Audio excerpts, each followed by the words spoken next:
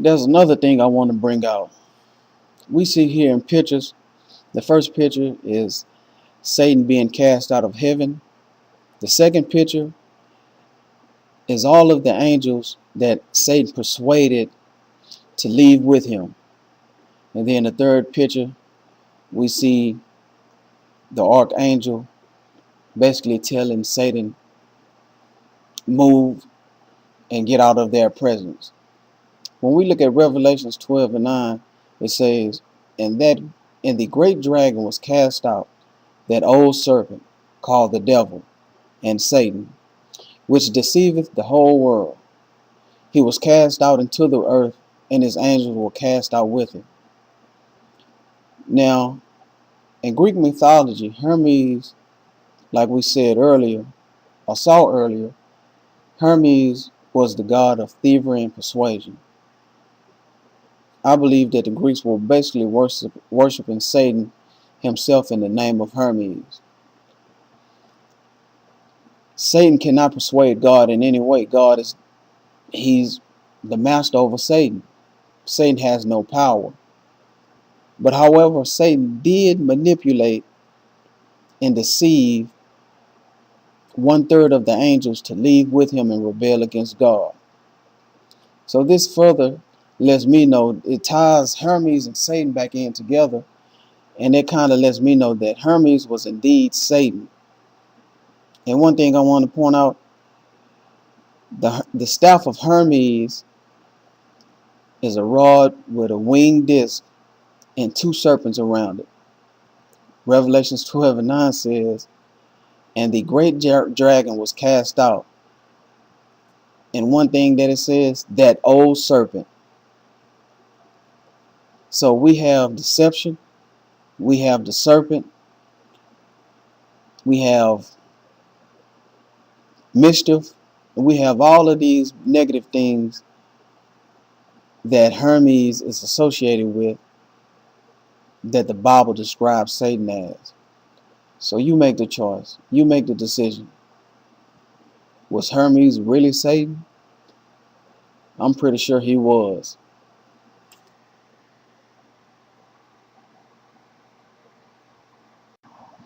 Okay, now that we know a little bit about Hermes, let's look at Asclepius, who was seen as a Greek hero and was later seen as the ancient Roman god of medicine and healing. Asclepius in Greek religion, the name Asclepius in Greek religion means instructing snake. Asclepius was also worshipped as one who enlightened the souls of man by the power of the sun. And later on in this presentation, we'll talk more about sun worship and tie these symbols into sun worship. Asclepius represented the healing aspect of the medical arts, and even his daughters are associated with medicine as well. Now let's look at a few pictures of his daughters. Okay, well, here we see four of Asclepius' daughters. His first daughter that we see is a statue of her holding a snake. Her name is Hygeia. And from the name Hygeia, we get the term hygiene. And Hygeia is the goddess of health, cleanliness, and sanitation.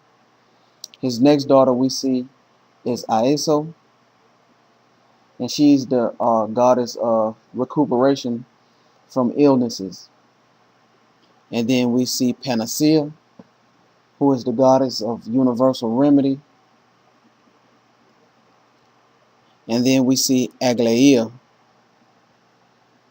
who is the goddess of beauty, splendor, glory, magnificence, and adornment.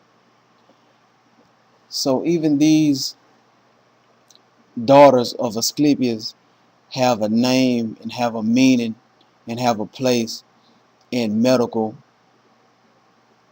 medical industry today,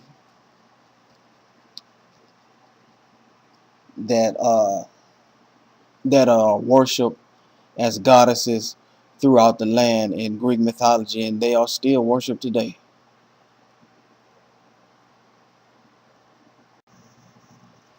Okay, back to Asclepius, and in his honor, a particular type of venomous snake was often used in healing rituals, and these snakes, which are called the Asclepian snake, they would slither around on the floor of the temples where the sick and the injured slept. And these snakes were introduced to every found in Asclepius temple throughout the classical world.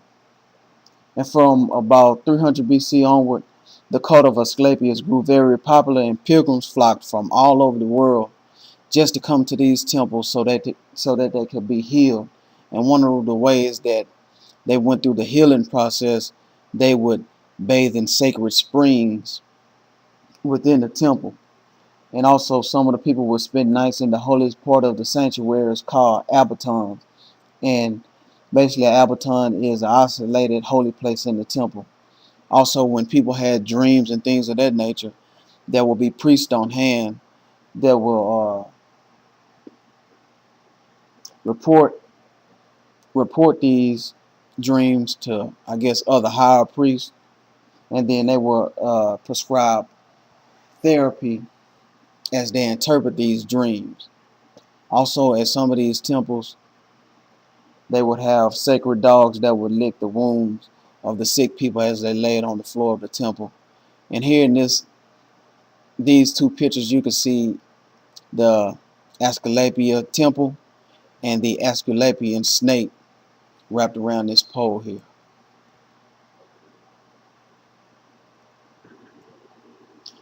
The main attribute of Asclepius is the physician's staff with the Asclepian snake wrapped around it. This is how Asclepius was distinguished in the art of healing, and his attributes still survive today as a symbol of the modern medical profession. And it was said that Asclepius was killed by Zeus because he raised mortal men from the dead, and Zeus felt that this upset the natural order of the universe. Zeus then made Asclepius into a god and placed him among the stars, transforming him into the constellation of Fucus, which is called the serpent bearer. And we can see this on this drawing here. And there is the constellation of Fucus, which is also known as the serpent bearer.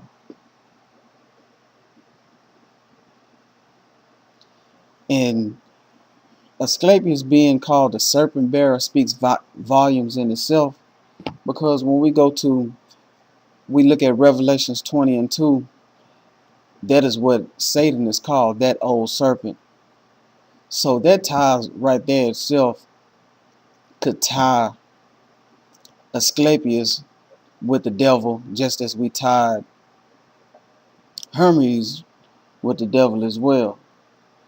So these two gods that have been worshipped, also Asclepius, he's been placed in a constellation, and you see the scorpion around him and things like that. So this ties in with astrology, which is not Bible or biblical, and we are warned against indulging in those things as well. So there's a spirit behind both of these gods, behind both of these symbols that we have adopted in the medical field today. And I believe that is the result of a lot of things that's going on, a lot of the sicknesses that are going on, a lot of the manipulation by the medical industry and keeping people sick so they can get more funding, which is more money, and things like that. And I'll get more in depth with that in another video. Just right now, I'm just trying to tie these symbols to these gods and then tie these symbols to other forms of worship.